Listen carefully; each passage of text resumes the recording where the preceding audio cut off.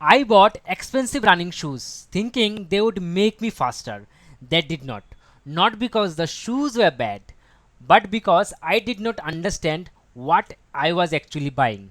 Performance is not about the price, it's about the right feature for the right runner at the right pace. This is part 2, the performance. If you have seen part 1, you have the foundation. Now we go into the features that brands market the hardest and what the research actually says about them.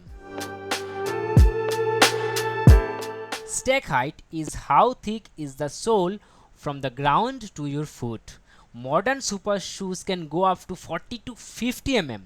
That's almost 2 inches of foam under your foot. More cushioning feels amazing in the fast kilometers, but it could be very tricky after a while.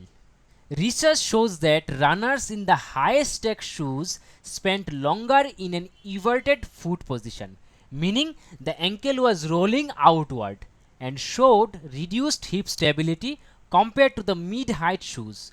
The mid-stack actually perform best for balance and control. More cushion does not automatically mean more protection. Beyond a point, it can actually increase stress on your joints. The sweet spot most research currently points to somewhere around 30 to 35 mm. Cushioned but not so high that you lose feel and the stability. The most hyped feature in running shoes right now is carbon plate. Every brand has one, every race shoe markets it. So, what does the research actually say? The short answer, it works. For some runners, some paces. At faster marathon pace, speeds of 14 to 18 km per hour, studies shows that carbon plated shoes improve running economy by roughly 2 to 4%, translating it about 1 to 2 minutes faster over a marathon. That's real. That has been replicated across multiple studies. Eliud Kipchoge broke the 2-hour barrier in a carbon plated shoe, and after that, the sport has changed. But here is what gets buried in the marketing. At slower paces, say around 12 kilometers per hour, roughly a 3:30 marathon, the benefit drops to about 1.4%, and at 10 km per hour, it is closer to 0.9%. And there is individual variability as well. Some runners actually run less efficiently in carbon plated shoes. If your pace is not there yet, the plate is just an expensive discomfort and it might not even help you specifically. There is also an injury angle.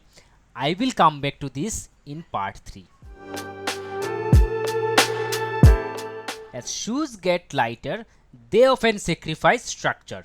Lightweight shoes gives you control, especially under fatigue.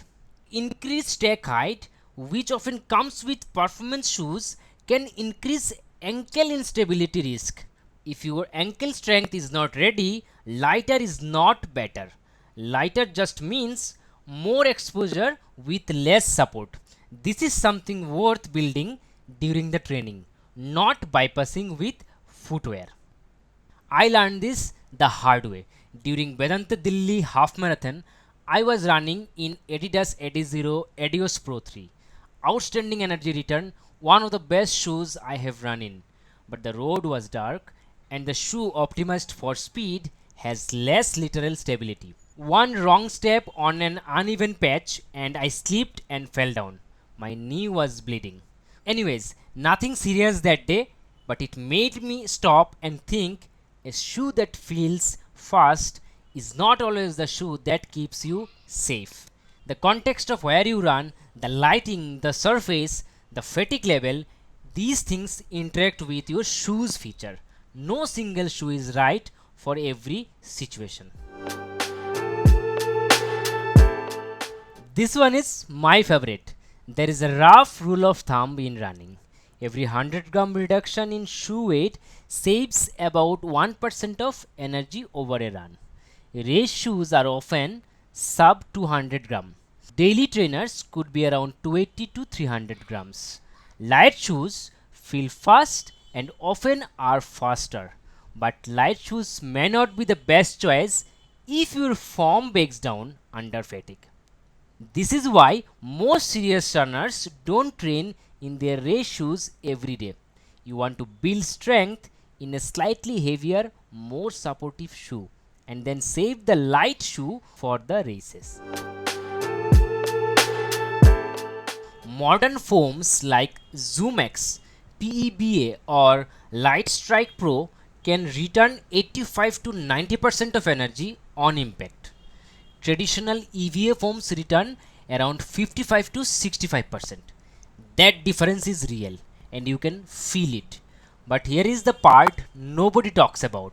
A study tracking runners over distance found that between baseline and 480 kilometers, heel cushioning reduces by 16 to 33%.